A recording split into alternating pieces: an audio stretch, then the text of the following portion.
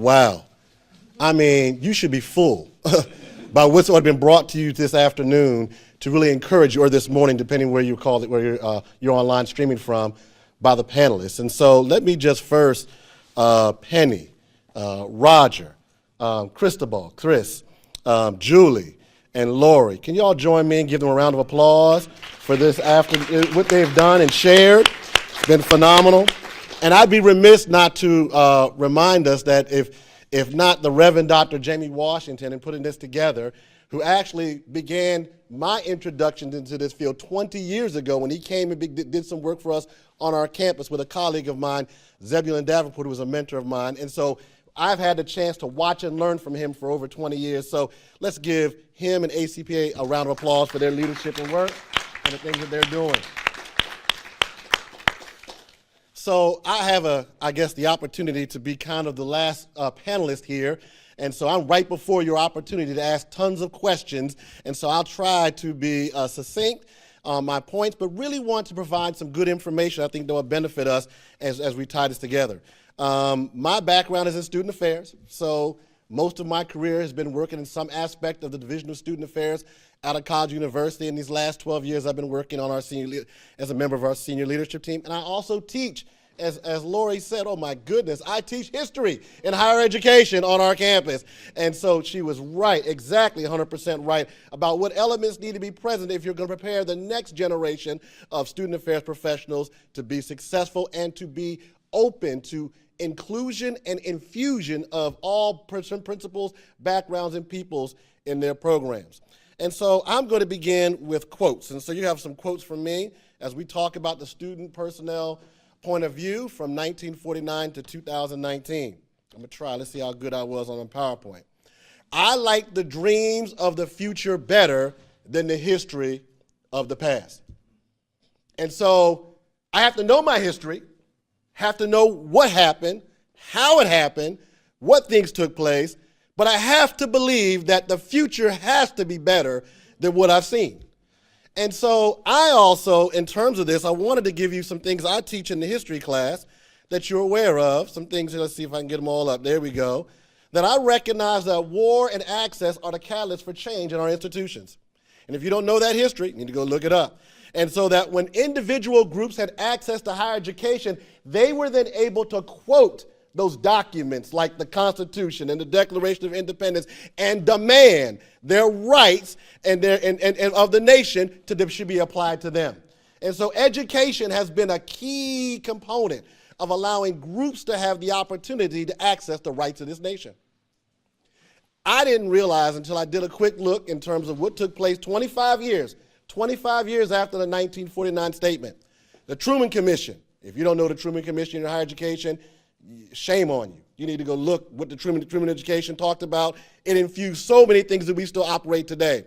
The Higher Education Act, the Civil Rights Act, the Voting Rights Act, ERA, all of these things happened within a 25-year period after the student personnel point of view was initiated. And I say that because what happened is this 25-year period opened the gap for population and groups of people who were not all going to college, who were not all accessing our institutions. And now all of a sudden they have opportunity to go to places that didn't know they were coming.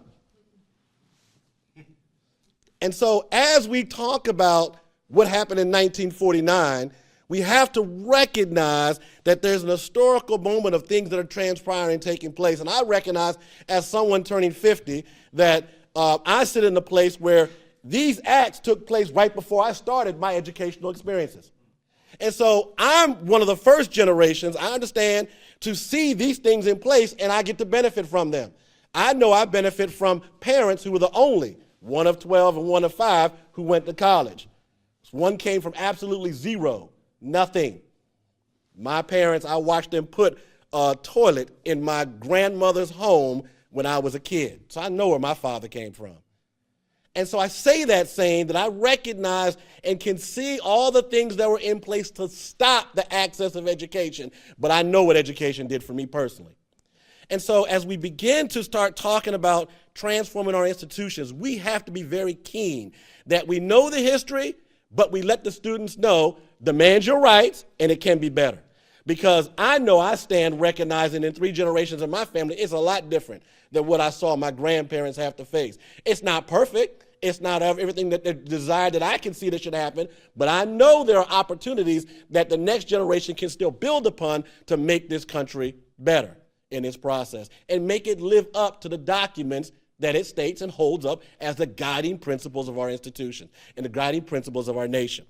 One of my favorite quotes to talk about, if you're not aware of history, is I'm going to give you 2 quick things. Number 1, you must know 1693 as a date, because 100 years before the nation is formed, we already developed our racial and gender codes. So when you talk about transforming things that allow racial and gender or social justice types of things to influence student affairs, we must recognize before there was a nation, these codes went into place.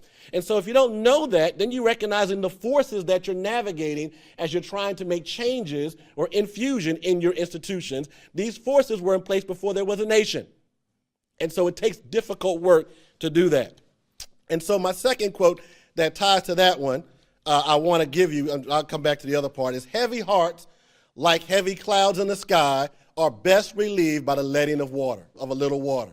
And so basically I want to say this. You're hearing from people that have been doing some heavy lifting. This work is not easy. We're talking hundreds of years of things that are in place. I just showed you it's only about 50 years that you see things that were put in legislation that provide access. Only 50 years. The country is not 50 years old. So if you look at that dichotomy of time, so there's a sense of, yes, I agree with Roger, I agree with others. Students demand access, demand rights, but recognize that sometimes, you know what, in heavy lifting, you're going to have to pause and take time to care for yourself, those who are doing this work, because you must celebrate the things that you are winning at. You might not get all your wins, but you won something, and keep going forward to win other things. So today I want to highlight just 3 things: people, institutions, and systems. People, institutions, and systems. So as our researchers have already shared with us, I was not a researcher by profession. I would have been one of the students in Julie's classes. Why do I have to know research? I don't want to know research. I just want to help students. I just want to develop programs. I don't want to research. But over the course of my career, I've recognized that there are 2 groups of people, mostly at our institution. Those that are moved by statistics and numbers and information from that lens, and those that are moved by more the effective, by the heart. And so if I can't speak both languages, I can't move people. I can't help them see. I can't help them understand. So if I don't know my data, who's attending our institution, who's teaching at our institution, who's working at our institution, do I know my region in my state? I mean, I can't expect Virginia, where I'm from, to be exactly like Oklahoma. There are 2 different types of communities, but I need to know my own state so I know that we're effective in our areas doing the things we need to do.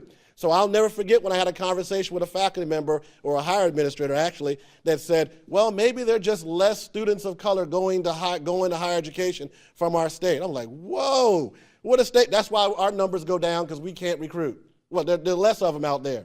And then you pull the graduation data. You pull the going to college data. Then all of a sudden, that point's invalid.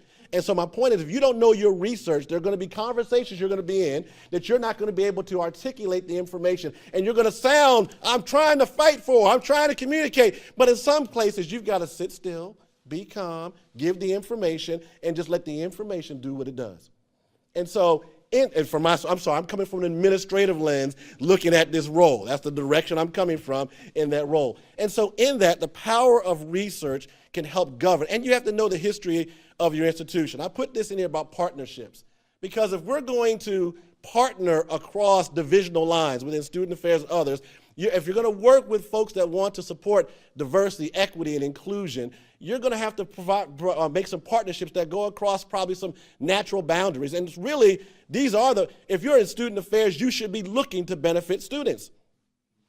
And so how do you create wins for all aspects of the institution to build momentum? Relationships, one of my favorite quotes I've lived by for the last 15 years. Private conversations will lend you public influence. And so if I really want to take those administrators that are unaware, that might have been raised differently that might have been raised like folks we're watching now. They've navigated from a fluent background, so their fluency caused them to be separate from the experience of other groups.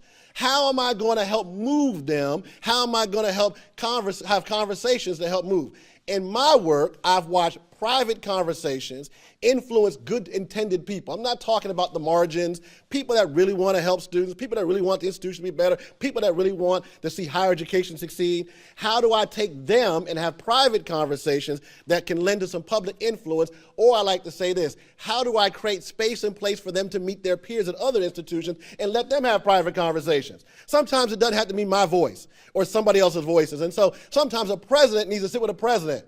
If you're not a president, you don't understand the political fallout and the challenges you're facing in pressure in other areas. I might see the need, I might see a want, but I don't understand the other things taking place.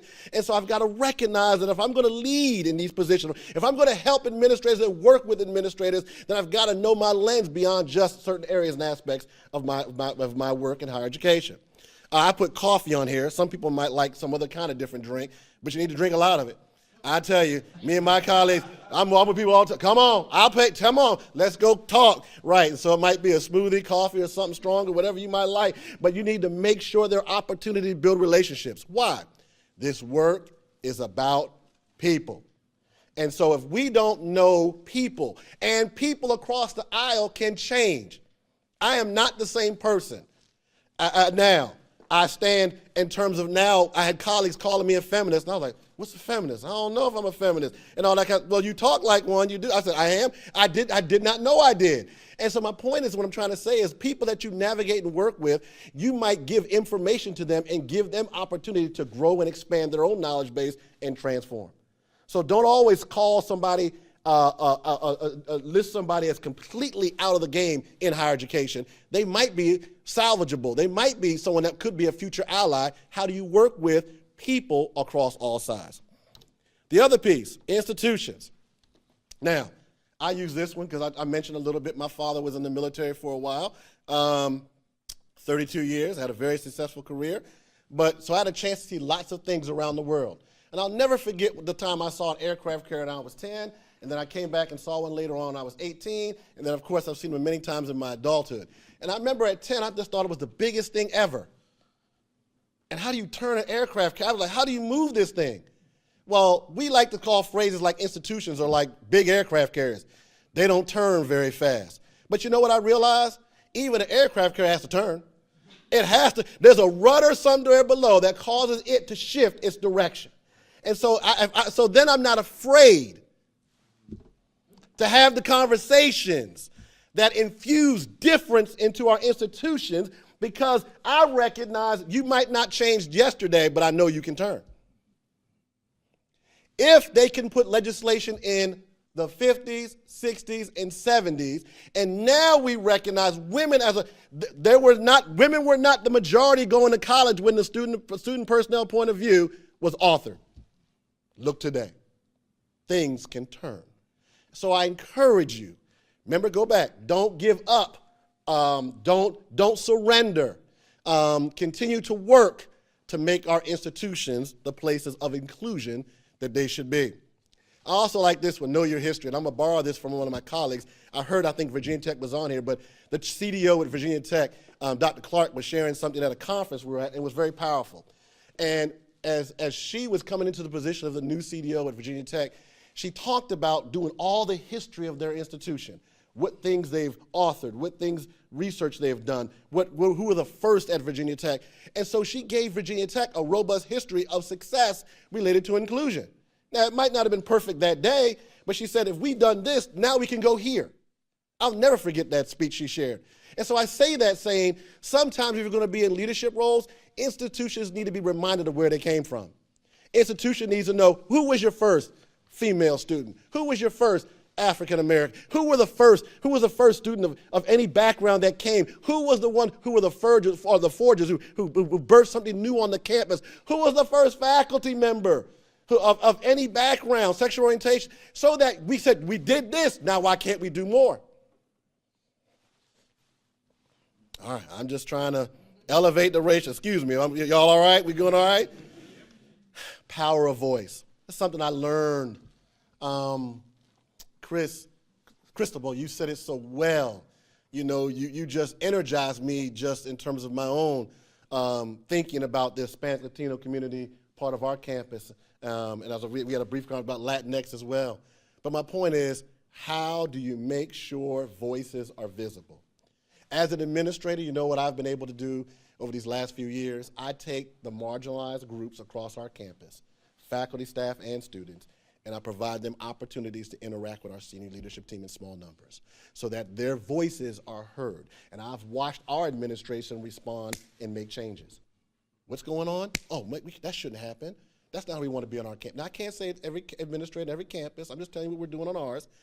So however you create space for voices to be heard, so that people can now put a face and a name with an identity. Not just this group from way out there, like with Star Trek or something, far away, something like that, going beyond, like they're so far, I've never seen them. How do you make those who are invisible, visible on your campus? Many ideas. And the last thing I just want to quote with, now this is going to get me fired up. I hope I have enough moments here. If you've not been to Montpelier, I'm going to give them a lot of credit. Montpelier has done something amazing that you're seeing hopefully will take place in a lot of our founding fathers and mothers, places of residence across. Now, I'm from Virginia, so there are lots of them in Virginia. In terms of four, I think four of the first 5 presidents were from Virginia. So got lots of history in Virginia.